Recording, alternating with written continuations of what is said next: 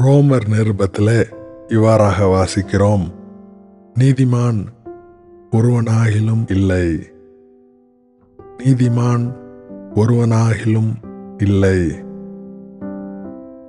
ஏசாயா தீர்க்கதரிசியின் மூலமாக கர்த்தர் கூறுகிற ஒரு காரியம், உன் நீதியையும் உன் கிரியைகளையும் நான் வெளிப்படுத்துவேன், அவைகள் உனக்கு உதவாது. நம்முடைய நீதிகள், நம்முடைய நற்கிரியைகள், அவைகளின் உள்ளான நோக்கத்தை பார்க்கிற கர்த்தர் அதை வெளிப்படுத்துவார். அவைகள் நமக்கு உதவாது. இஸ்ரவேல் ஜனங்கள் யோர்தானை கடந்து செல்வதற்கு முன்பாக தங்களை விட பெரிய பலத்த ஜனங்களை துரத்துவதற்கு முன்பாக அவர்களுக்கு கொடுக்கப்படுகிற ஒரு கட்டளை, உன் தேவனாகிய கர்த்தர் அவர்களை உனக்கு முன்பாக துரத்துகையில் நீ உன் இருதயத்திலே என் நீதி நிமித்தம் இந்த தேசத்தை சுதந்தரித்துக் கொள்ளும்படி கர்த்தர் என்னை அழைத்து வந்தார் என்று சொல்லாயாக.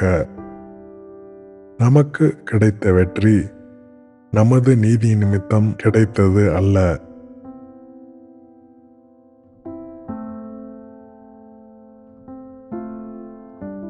உன் நீதி நிமித்தமும் உன் இருதயத்தினுடைய உத்தமத்து நிமித்தமும் நீ அவர்கள் தேசத்தை சுதந்தரிக்கும்படி பிரவேசிப்பதில்லை.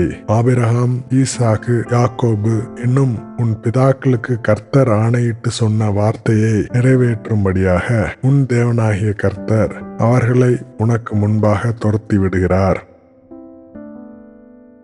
ஆகையால் உன் நீதி நிமித்தம் உன் தேவனாகிய கர்த்தர் உனக்கு அந்த நல்ல தேசத்தை சுதந்தரிக்க கொடார் என்பதை நீ அறிய கடவாய். நீ வணங்கா கழுத்துள்ள ஜனம், உன் நீதி நிமித்தம் உனக்கு வெற்றி கிடைக்கவில்லை. உன் இருதயத்தினுடைய உத்தமத்து நிமித்தம் உனக்கு வெற்றி கிடைக்கவில்லை. கர்த்தர் தமது வாக்குத்தத்தத்தை நிறைவேற்றினதினால் கிடைத்தது உனக்கு வெற்றி. ஏசாயா தீர்க்கதரிசி இவ்வாறாக ஜெபிக்கிறார், நாங்கள் அனைவரும் தீட்டானவர்கள் போல இருக்கிறோம். எங்களுடைய நீதிகள் எல்லாம் அழுக்கான கந்தையைப் போல இருக்கிறது. நம்முடைய நீதிகள் எல்லாம் கர்த்தருடைய பார்வையிலே அழுக்கான கந்தையைப் போல இருக்கிறது. நம்முடைய பாவங்களை குறித்து ஏசாயா தீர்க்கதரிசி குறிப்பிடவில்லை, நம்முடைய நீதிகளை குறித்து குறிப்பிடுகிறார். நம்முடைய நீதிகள் எல்லாம் கர்த்தருடைய பார்வையிலே அழுக்கான கந்தையைப் போல இருக்கிறது. நாங்கள் அனைவரும் இலைகளைப் போல உதிர்கிறோம். எங்கள் அக்கிரமங்கள் காற்றைப் போல் எங்களை அடித்து கொண்டு போகிறது என்று ஏசாயா தீர்க்கதரிசி ஜெபிக்கிறார்.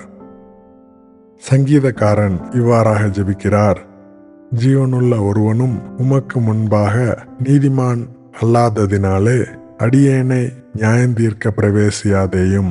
ஜீவனுள்ள ஒருவனும் உமக்கு முன்பாக நீதிமான் அல்ல, நீதிமான் ஒருவனாகிலும் இல்லை என்பதை நாம் அறிந்து கொள்கிறோம்.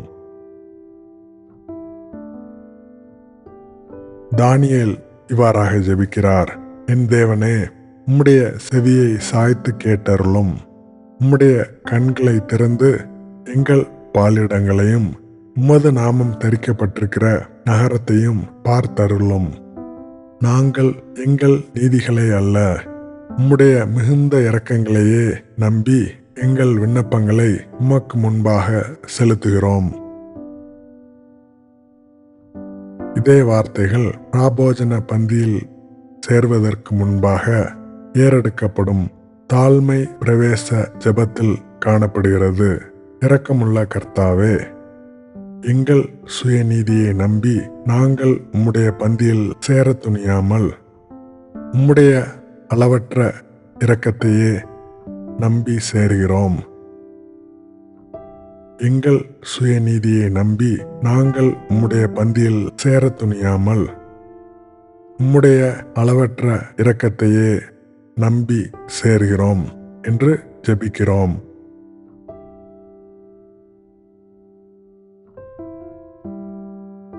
தொடர்ந்து, ஆண்டவரே, நீதி உமக்கே உரியது. உமக்கு விரோதமாக செய்த துரோகத்தின் நிமித்தம் உம்மாலே சமீபமும் தூரமுமான எல்லா தேசங்களிலும் துரத்தப்பட்டிருக்கிற யூத மனுஷரும் எருசலேம் குடிகளும் சகல இஸ்ரவேலருமாகிய நாங்கள் இந்நாளில் இருக்கிறபடியே வெட்கம் எங்களுக்கே உரியது என்று ஜெபிக்கிறார். நீதி ஆண்டவருக்கு உரியது. வெட்கம் அது நமக்குரியது.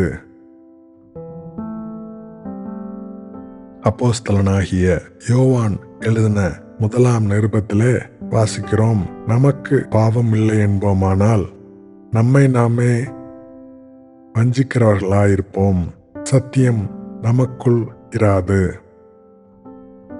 நமக்கு பாவமில்லை என்போமானால் நம்மை நாமே வஞ்சிக்கிறவர்களாயிருப்போம், சத்தியம் நமக்குள் இராது. இதுவரை நாம் கற்றுக்கொண்ட காரியங்கள், தேவன் ஒருவர் தவிர நல்லவன் ஒருவனும் இல்லை. ரட்சிப்பு மனுஷரால் கூடாதது, ஆனால் தேவனால் கூடும்.